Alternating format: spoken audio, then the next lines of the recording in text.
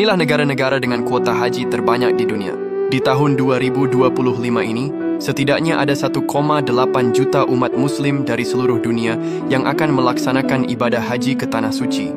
Secara umum, tiap negara yang hendak memberangkatkan warga yang ingin ibadah haji mendapatkan kuota tertentu dari Arab Saudi. Penetapan kuota ini pun didasarkan pada populasi muslim sebuah negara hingga kondisi politik. Negara dengan kuota haji terbanyak yang pertama, yaitu Indonesia sebanyak 221.000 jamaah.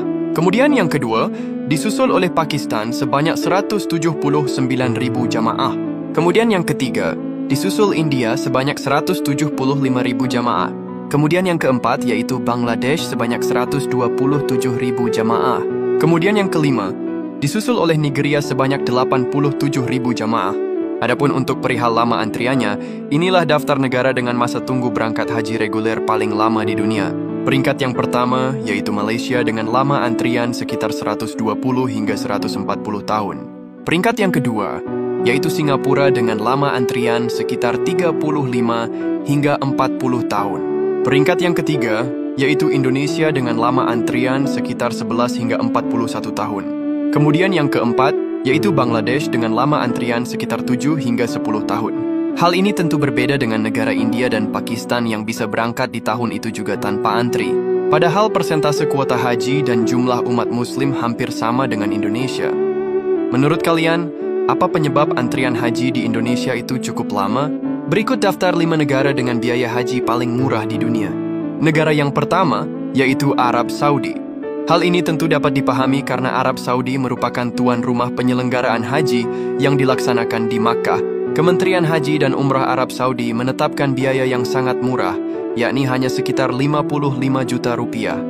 Sementara biaya termurahnya adalah hanya 16 juta rupiah. Kemudian negara yang kedua, yaitu Pakistan. Jamaah haji yang berasal dari utara Pakistan rata-rata dikenakan biaya sebesar 20 juta rupiah. Sementara mereka yang berasal dari selatan harus membayar sekitar 19 juta rupiah. Kemudian negara yang ketiga, yaitu Inggris.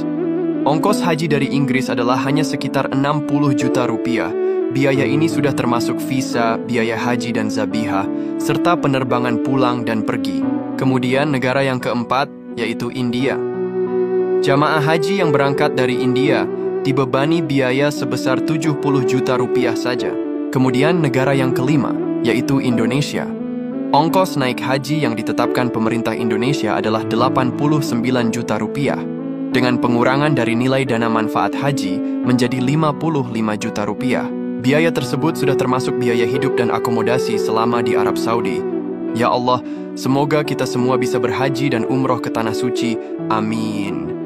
Masya Allah, seperti inilah momen detik-detik Kubah Masjid Nabawi bergerak dan terbuka otomatis. Pemandangan ini benar-benar membuat para jamaah haji dan umroh terpukau. Ternyata, Masjid Nabawi memiliki kubah yang dapat membuka dan menutup secara otomatis yang dikenal sebagai sliding dome. Kubah-kubah ini digerakkan oleh sistem mekanis canggih yang terintegrasi dengan rel dan dapat beroperasi secara manual maupun otomatis. Kubah-kubah bergerak ini berfungsi untuk mengatur sirkulasi udara dan melindungi jamaah dari panas matahari saat cuaca terik, serta memberikan kesan sejuk dan nyaman di dalam masjid. Kubah biasanya dibuka setelah sholat subuh dan ditutup setelah sholat maghrib atau isya, namun waktu buka tutup bisa disesuaikan dengan kondisi cuaca.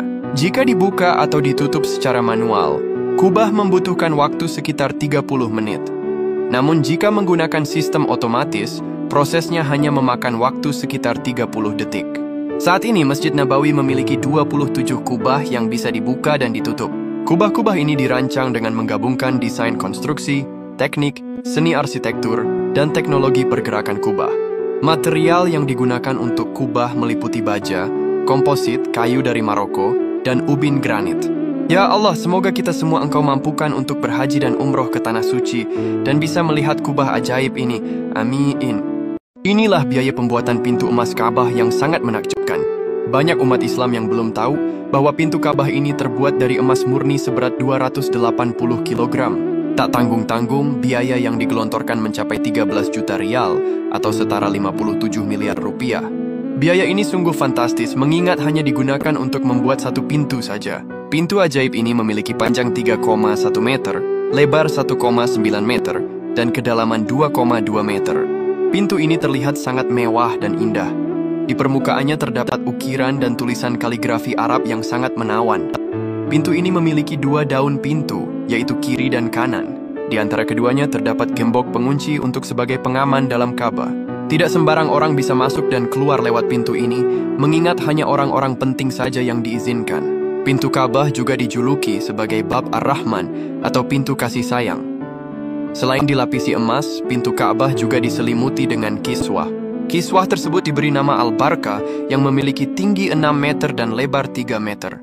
Ya Allah, semoga kita semua bisa beribadah dan berdoa di dekat pintu Ka'bah ini. Amin. Apa yang kalian lihat ini adalah tempat Nabi Muhammad mengimami ribuan malaikat sebelum terbang ke langit.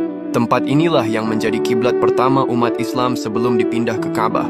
Jika kalian berkunjung ke Masjidil Aqsa, Palestina, kalian akan menjumpai tempat yang menjadi saksi mukjizat besar Nabiullah Muhammad SAW. Tempat ini menjadi sangat bersejarah karena menyimpan jejak Isra Mi'raj Nabi Muhammad dan sejarah diwajibkannya sholat 5 waktu. Dahulu dalam peristiwa Isra Mi'raj, Nabi Muhammad melakukan sholat 2 rakaat di Masjidil Aqsa dan menjadi imam bagi para nabi dan malaikat. Peristiwa ini terjadi sebelum beliau terbang Mi'raj ke langit. Masjidil Aqsa ini terletak di Yerusalem, Palestina, dan menjadi titik transit penting dalam perjalanan Isra Mi'raj Nabi Muhammad. Saat ini Masjidil Aqsa selalu ramai dikunjungi banyak umat muslim dari penjuru dunia. Hal ini tak lepas dari keutamaan beribadah dan solat di dalamnya. Kita juga disunnahkan solat apabila mengunjungi masjid ini. Nabi Muhammad pernah bersabda, melaksanakan solat di Masjidil Haram pahalanya sebanding dengan 100.000 kali solat di masjid yang lain. Solat di masjidku Masjid Nabawi, pahalanya sebanding dengan 1.000 kali solat di masjid yang lain.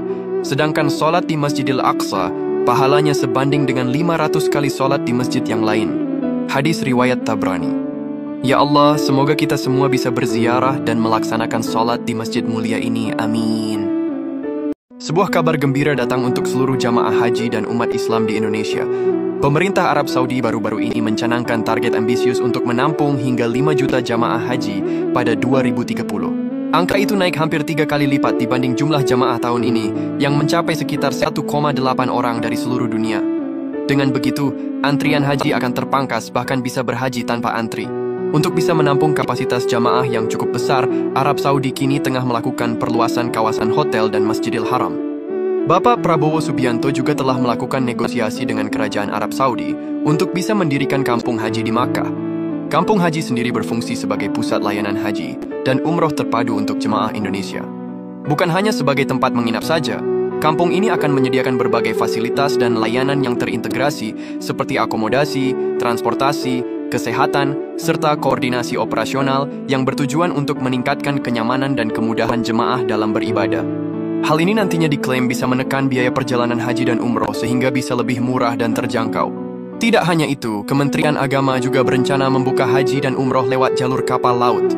Jika hal ini terwujud, maka penyelenggaraan haji dan umroh lewat laut dapat menjadi pilihan yang lebih terjangkau bagi masyarakat Indonesia. Selain itu, haji via laut juga akan memberikan pengalaman yang berbeda bagi para jamaah Indonesia meski durasi perjalanan sedikit lebih lama. Menurut kalian, apakah kalian setuju dengan program ini? Inilah akibatnya bila berhaji dan umroh memakai uang haram.